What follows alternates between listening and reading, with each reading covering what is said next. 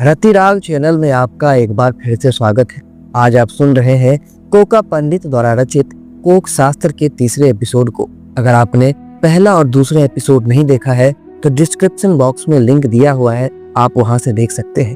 तो हम कहानी शुरू करते हैं। जब कामिनी स्त्री ने अपने सखियों से पूछा, क्या विवाह संतान सुख के लिए ही किया जाता है और कोई प्रयोजन नहीं, तब सखियों की ओर से उसे ये जवाब मिला, हाँ, शास्त्र मर्यादा तो यही है, किंतु तुम्हारी अभिलाषा भी हम समझते हैं। धर्म मर्यादा में रहते हुए उसका पूरा होना कठिन है, क्योंकि लिखा है काम 8 गुना स्मृतः, अर्थात स्त्रियों में 8 गुना काम होता है। उसे दबाने के लिए 8 गुनी कामी पुरुष की आवश्यकता होती है, जिसका मिलना असंभव है। धर्म मर्यादा में एक पति से अधिक हो ही नहीं सकता, इसीलिए काम शांति नहीं हो सकती। अतएव हम सभी पछता रहे हैं और तुम्हें सावधान कर रहे हैं। स्त्रियों का ऐसा कथन सुनकर मैंने ऐसी प्रतिज्ञा की कि जब तक मेरी इच्छा पूर्ण करने वाले कोई वर नहीं मिलेगा तब तक मैं विवाह ही नहीं करूंगी। इसीलिए कई वर्ष से अनुकूल वर की खोज में घूम रही हूँ, किंतु आज तक मुझे ऐसा कोई वर नहीं मिला। तो मैंने सोचा शायद राज दरबार में मिल जाए, इसीलिए मैं यहाँ आई थी। किंतु यहाँ पर भी 8 गुनी पुरुष ऐसा बोल ही रही थी। तभी कोका पंडित ने उसे बीच में ही रोककर पूछा, तुम्हारे दरबार में आते ही प्रश्नोत्तर से मैंने निश्चय कर लिया था कि तुम हस्तिनी जाति की स्त्री हो, और रहा 8 गुनी कामी पुरुष का, तो उसका मिलना नितांत असंभव है। किंतु तुम निराश न हो, तुम्हारी आशा पूरी हो जाएगी। स्त्रियों की इच्छा पूरी करने के लिए अधिक कामी पुरुष की आवश्यकता नहीं है, केवल कुछ क्रियाओं का ज्ञान होना चाहिए। महाराज ने कहा, अच्छा, तो आप इसको संतुष्टि का साधन बतला दे। कोका पंडित ने रमणी से कहा, तुम मेरी एक बात मानोगी? रमणी ने कहा, हाँ, मानने योग्य होगी तो अवश्य मानूंगी। मंत्री ने कहा, तुम अपने सदृश रूप यौवन संपन्न किसी भी पुरुष से विवाह कर लो, मैं तुम्हारी तृप्ति उसी पुरुष से करा दूंगा। ये मेरी प्रतिज्ञा है। यदि मैं तुम्हारी इच्छा पूरी न कर सकूंगा तो मंत्री पद को त्याग दूंगा। मुझे विवाह से पूर्व उस पुरुष को बस दिखला देना, और तुम घर का पता राज दरबार में लिखा दो और घर जाओ। रमणी मंत्री के कथानुसार दरबार से चली गई।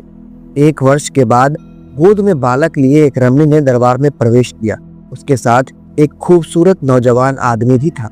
रमणी ने महाराज को झुककर प्रणाम किया और बोली, महाराज की जय हो। महाराज ने कहा, क्या पिछले साल दरबार में आप ही आई थी? रमणी ने कहा, हाँ महाराज, मैं ही आई थी। आपके प्रधानमंत्री कोका पंडित जी की वाणी सत्य हुई। आज मैं अपनी सखियों के साथ बड़े सुखी से हूँ। मेरी सखियां भी पंडित जी के बताए उपाय से काम ले रही हैं।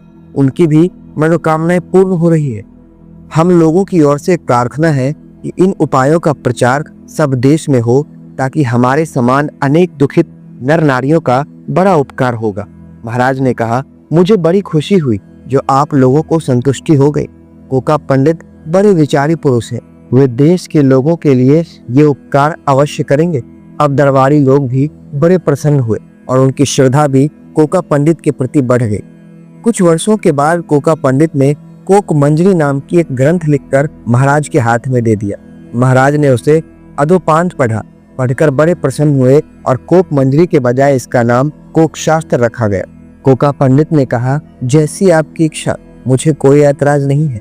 उस दिन से ग्रंथ कोक शास्त्र के नाम से प्रसिद्ध हुआ। इसमें जिन सुगम उपायों का वर्णन किया गया है वो पढ़ने से ही मालूम हो सकता है।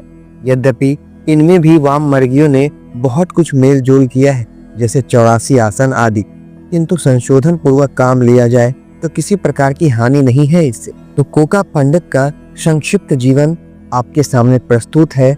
अब आगे कोक शास्त्र के संबंध में लिखा जाएगा। आपका बहुत बहुत धन्यवाद।